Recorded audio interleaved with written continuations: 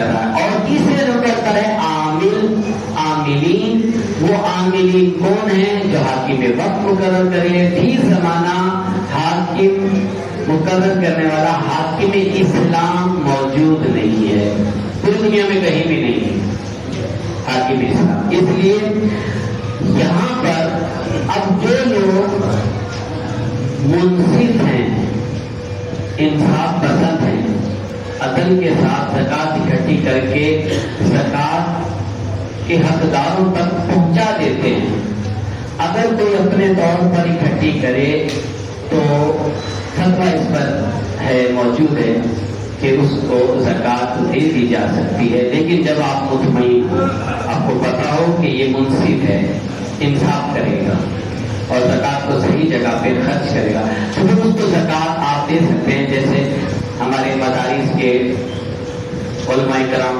اکٹھی کرتے ہیں، فلاح و بہبود کے جو ادارے ہیں وہ اکٹھے کرتے ہیں، تو لہٰذا ان کو دی تو جا سکتی ہے، لیکن اس وقت جب آپ 100% سیٹسفائی ہو.